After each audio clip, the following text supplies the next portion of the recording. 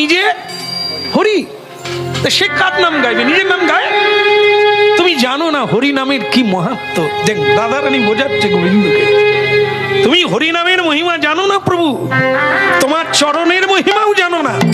ওটা আমরা জানি, আমরা যারা গাই, আমরা যারা তোমার নাম কীর্তন করি, ওটা আমরা বুঝি।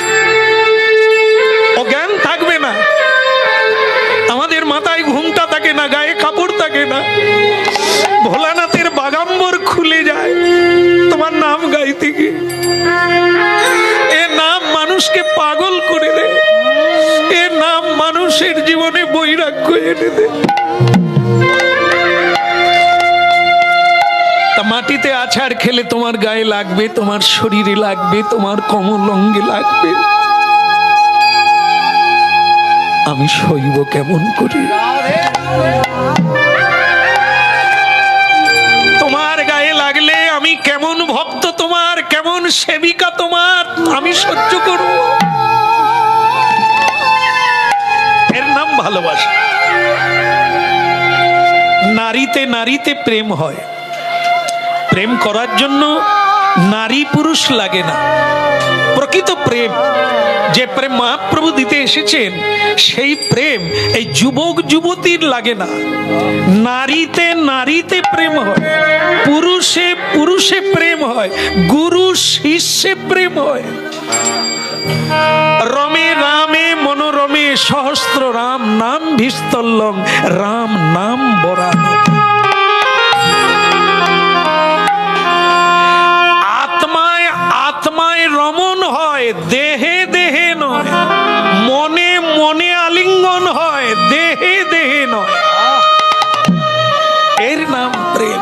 নয়নে নয়নে প্রেম হয়, জড়িয়ে চুম্বন দিয়ে প্রেম নয়, আলিঙ্গনে প্রেম নয়। এ তো দৈহিক কামনা। আর যুবক আছে, যুবতী আছে, তাই প্রেম প্রেম বলছে। বৃদ্ধ হলে প্রেম থাকে না। কিন্তু কৃষ্ণ প্রেম যত বৃদ্ধ হবে, প্রেম তত বাড়বে। কৃষ্ণ প্রেম। হরি বল, হরি বল, হরি বল। এই দেখবেন আপনারা, আমরা তো হরিনাম গাই। 90 বৎসর বয়স, এখনো নিজে ভোগ রান্না করে ভগবানকে সেবা দেয় আর ভক্তদের সেবা দেয়। কিন্তু আজকে 50 বছরের বয়স হয়ে গেছে, কোমর ধরে নিয়ে শুয়ে পড়েছে। এটাই তো ভাব। কৃষ্ণ প্রেম যত বৃদ্ধ হবে, প্রেমও বৃদ্ধ হবে। তাই কৃষ্ণ প্রেম আলাদা জিনিস, মানুষকে বাঁচায়। তাই রাধারানী বলছেন, হে গোবিন্দ, হরিনাম তুমি জীবনে গাও না, তুমি হরিনামের মহিমা জানো না। ওটা যখন কলিকালে গিয়ে তুমি হরিনাম গাইবে, তুমি সোজা হয়ে থাকতে পারবে না, আছাড় কাছাড় খাবে। তাই হয়েছে।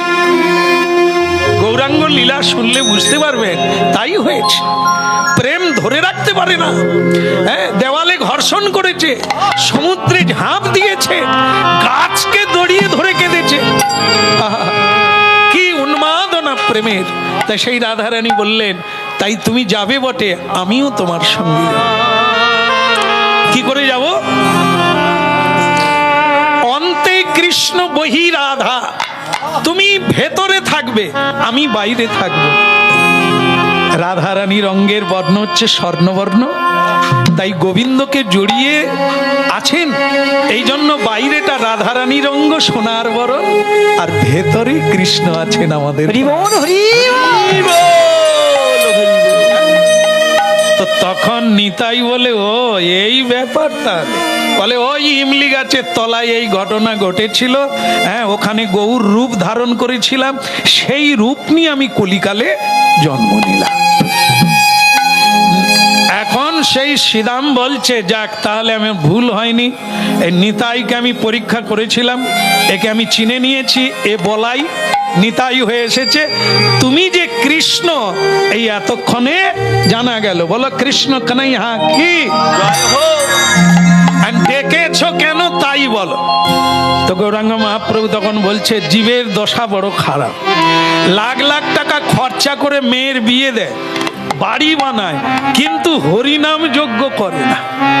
তাই তোমাকে হরিনাম প্রচার করতে হবে, না হলে জীবের দুর্দশা নরকে